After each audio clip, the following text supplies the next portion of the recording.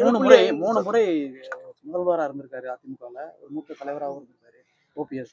பொதுவெளியில் என்ன சொல்றாருன்னா 5 ஆண்டு காலம் சிறப்பாக ஆட்சி அமைச்சிருக்காங்க அதிமுக, மீண்டும் அவங்க தான் ஆட்சிக்கு வருவாங்கன்னு சொல்றாரு. ஒரே வார்த்தை, எம்ஜிஆர் இந்த இயக்கத்தை உருவாக்கியது திமுகவை எதிர்த்து தான். எம்ஜிஆர் களங்கண்டது திமுகவை எதிர்த்து தான். எம்ஜிஆர் வெற்றி பெற்றது திமுகவை எதிர்த்து தான். புரட்சித்தலைவி அம்மா அவர்கள் களங்கண்டது திமுகவை எதிர்த்து தான். வெற்றி கண்டது திமுகவை எதிர்த்து தான். திமுக எதிர்ப்பான ஒரு ஆட்சியை, நல்ல ஆட்சி, மக்கள் ஆட்சியைத்தான் அம்மா ஆரம்பித்தார்கள். அம்மா அவர்கள் சட்டமன்றத்தில் இறப்பதற்கு முன்பு நடைபெற்ற பட்ஜெட் கூட்டத்தொடரில் ஒரு அறிவிப்பை வெளியிட்டார். எனக்கு பின்னாலும் இந்த இயக்கம், அனைத்து அண்ணா திராவிட முன்னேற்ற கழக இயக்கம் 100 ஆண்டுகள் வாழும், தமிழகத்தை ஆளும் என்ற ஒரு வாக்குறுதியை, ஒரு வரலாற்று சிறப்புமிக்க உரையை சட்டசபையில நிகழ்த்தினார்கள். அந்த நேரத்தில் உடனிருந்தவர்களில் அமைச்சராக இருந்தவர்கள் நானும் ஒருவன்.